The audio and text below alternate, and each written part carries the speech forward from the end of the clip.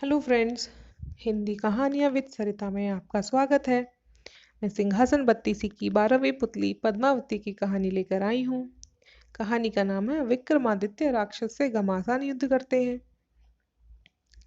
एक दिन रात के समय राजा विक्रमादित्य महल की छत पर बैठे हुए थे। मौसम बहुत सुहाना था। पूनम की चांद और यौवन पर था तथा सब कुछ इतना साफ साफ दिख रहा था मानो दिन हो।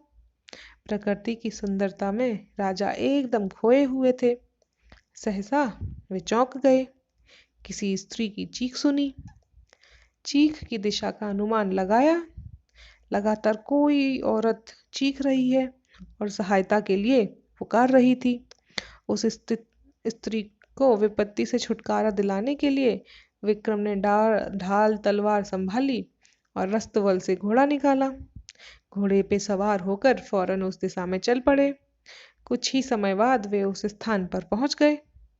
उन्होंने देखा कि एक स्त्री बचाओ बचाओ कहती हुई बेतहाशा भागी जा रही है और एक विकराल दानव उसे पकड़ने के लिए उसका पीछा कर रहा है। विक्रम ने एक क्षण भी नहीं गंवाया और घोड़े से कूद गए। युवती उनके चरणों में गिरती हुई बचाने की विनती करने लगी।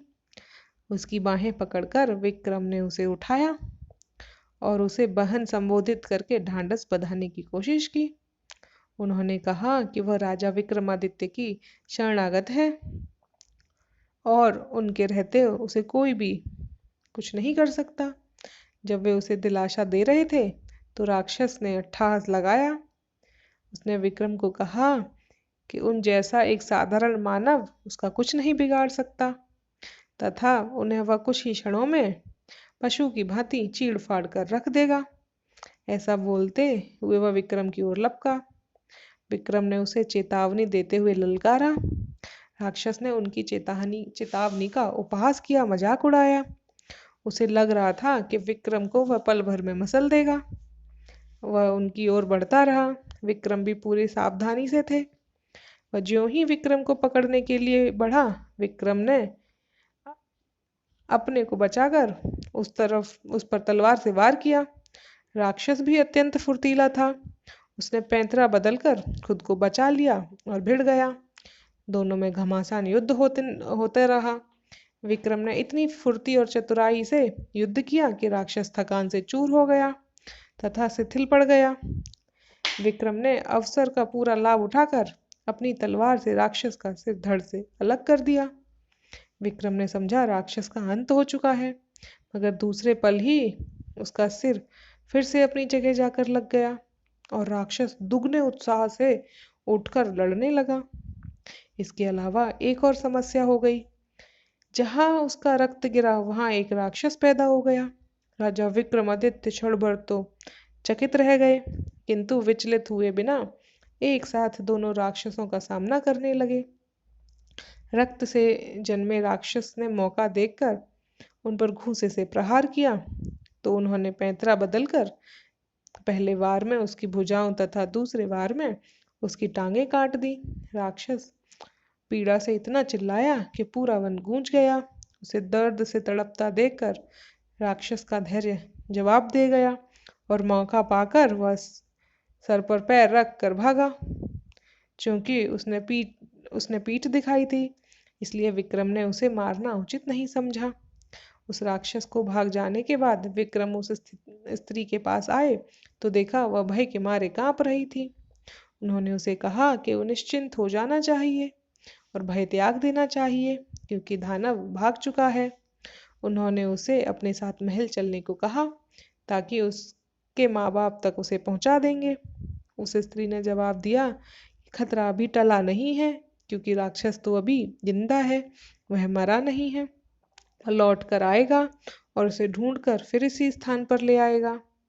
जब विक्रम ने उसका परिचय जानना चाहा तो वह बोली कि वह सिंहुल द्वीप की रहने वाली है और एक ब्राह्मण की बेटी है।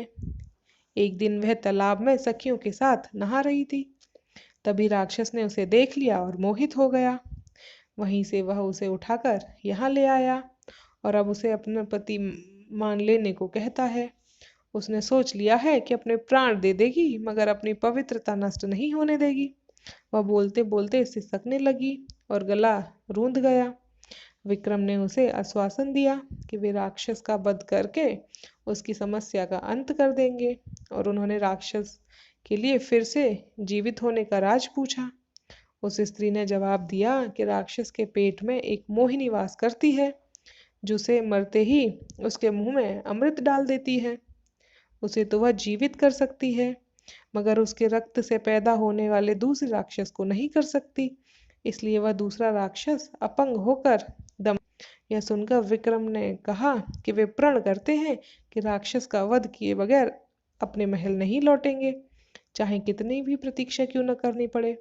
उन्होंने जब उससे मोहिनी के बारे में पूछा तो स्त्री ने अनभिज्ञता जताई। विक्रम एक पेड़ की छाया में विश्राम करने लगे। तभी एक सिंह झाड़ियों से निकलकर विक्रम पर झपटा। चूंकि विक्रम पूरी तरह चौकन्ने नहीं थे, इसलिए सिंह उनकी बाहों पर घाव लगाता हुआ चला गया।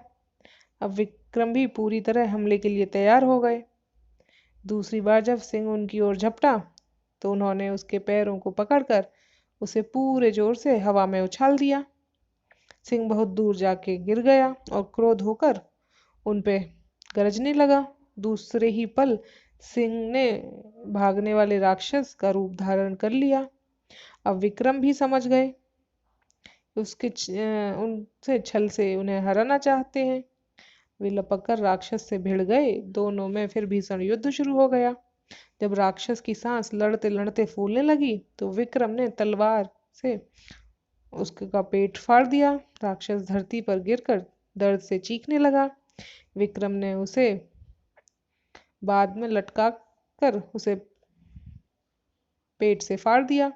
उसके पेट फटते ही मोहिनी कूद कर बाहर आ गई और अमृत लाने दौड़ी। विक्रम ने बेतालों का स्मरण किया और उसे मोहिनी को पकड़ने का आदेश दे दिया। अमृत न मिल पाने के कारण राक्षस तड़प तड़प कर मर गया। मोहिनी ने अपने बारे में बताया कि वह शिव की गणिका थी, जिसे किसी गलती की सजा के रूप में राक्षस की सेविका बनना पड़ा। महल लौटकर विक्रम ने ब्राह्मण कन्या को उसके घर माता पिता के पास पहुंचा दिया। मोहिनी से खुद विधिवत ब्याह कर लिया। ये कहानी इतनी थी। अगर आपको मेरी कहानियाँ अच्छी लगी तो प्लीज़ मेरे चैनल को सब्सक्राइब ज़रूर करें। Thank you.